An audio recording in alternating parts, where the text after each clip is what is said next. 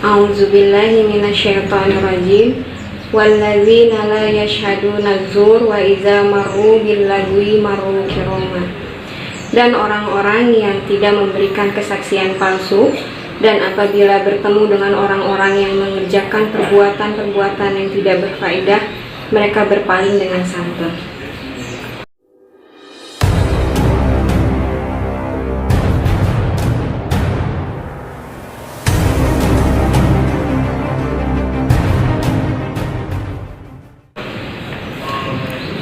Alhamdulillahilladzi arsala rasulahu bil huda wa dinil haq liyudhhirahu 'alad dini kullih walau karihal kafirun.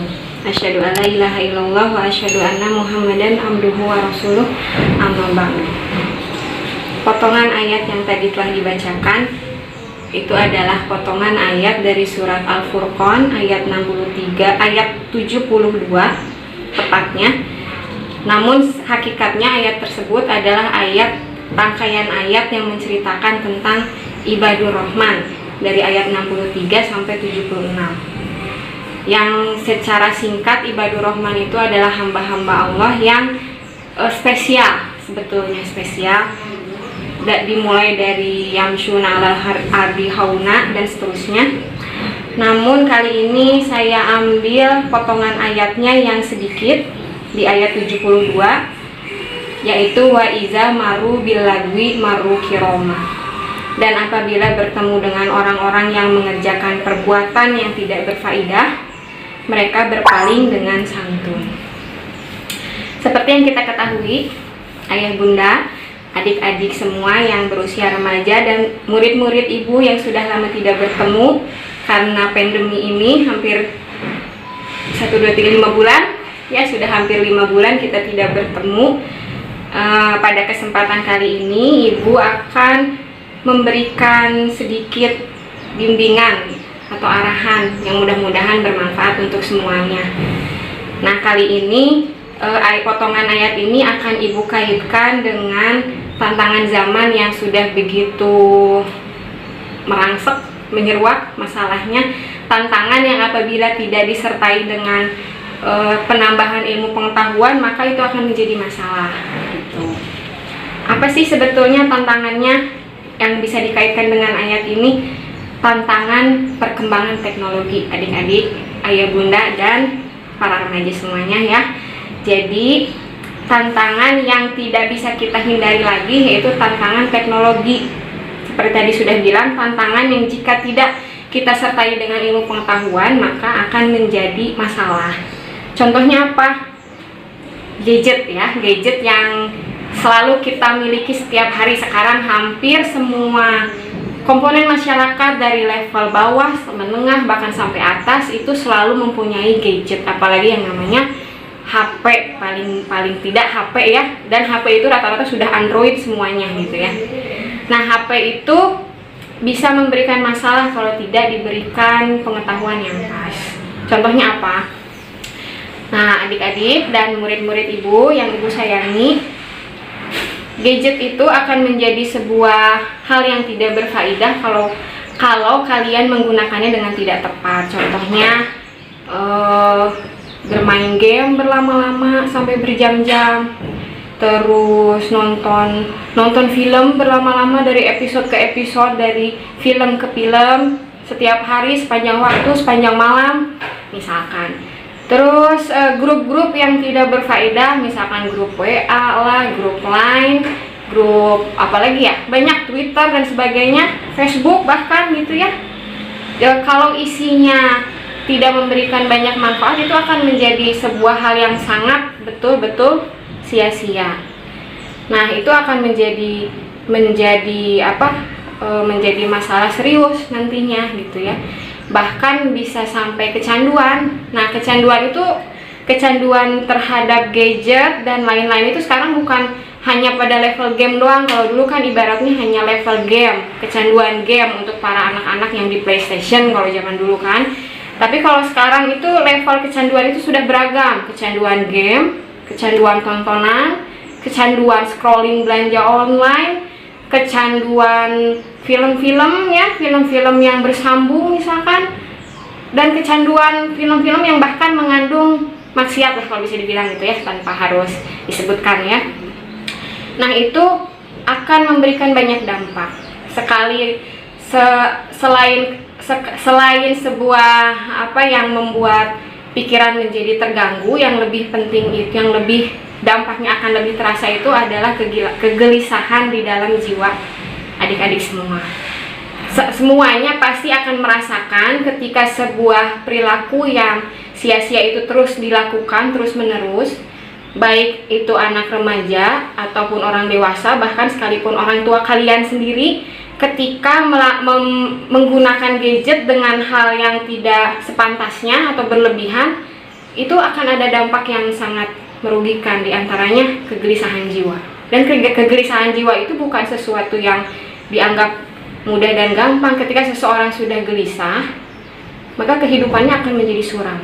Kehidupannya tidak lagi memiliki tujuan, bahkan kehidupannya menjadi tanpa arah dan tidak tahu apa yang harus dia lakukan ke depannya. Nah itu dampak yang paling signifikan untuk kesalahan menggunakan gadget. Nah di kesempatan kali ini meskipun singkat, akan Ibu sampaikan hal-hal yang bisa sedikit hal yang bisa mengurangi ketergantungan dari gadget kalian. Contohnya apa? Nah, akan Ibu jawab dengan ayat yang ada di Al-Quran pula.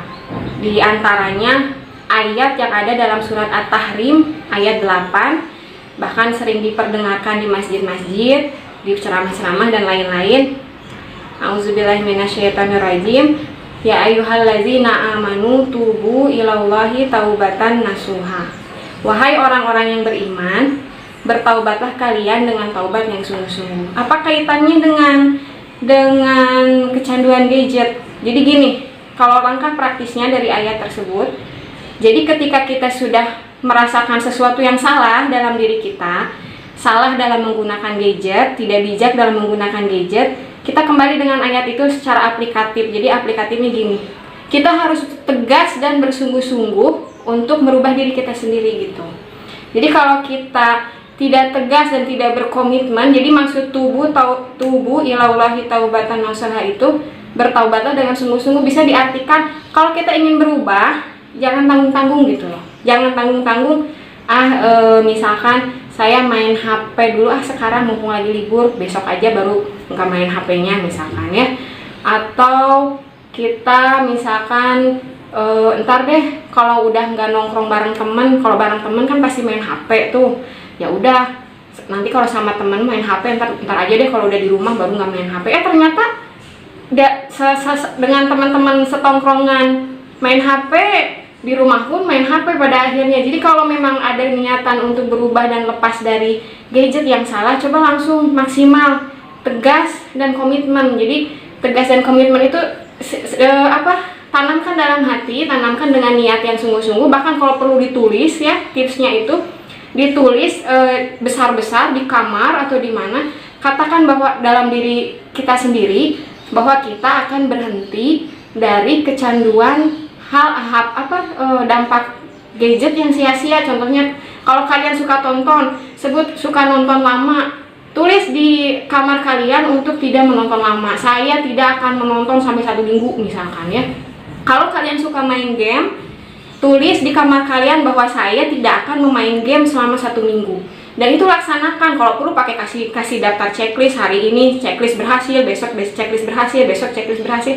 Harus seperti itu, tegas dan komitmen. Kalau tidak tegas dan tidak komitmen terhadap diri sendiri, maka kalian akan sulit untuk berubah. Coba praktekkan ya adik-adikku sekalian, para remaja dan murid-murid ibu yang ibu sayangi.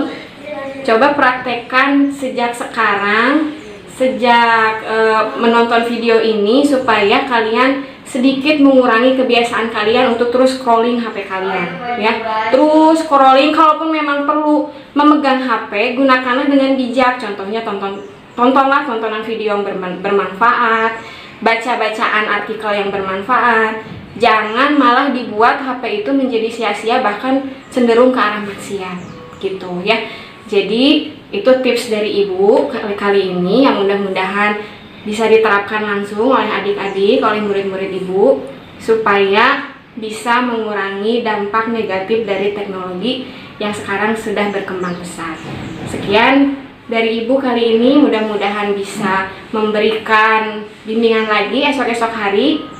Mudah-mudahan bermanfaat dan mudah-mudahan kita termasuk dari kategori ibadur rahman yang salah satunya maru bilagwi maru kiroma. Jadi kalau kita bisa satu saja praktekkan mengurangi kesia-siaan dengan cara yang baik, ya siapa tahu kita termasuk di antara golongan ibadur rahman, golongan hamba-hamba Allah yang Allah spesialkan. Itu adik-adik dan murid-murid Ibu, mudah-mudahan bermanfaat.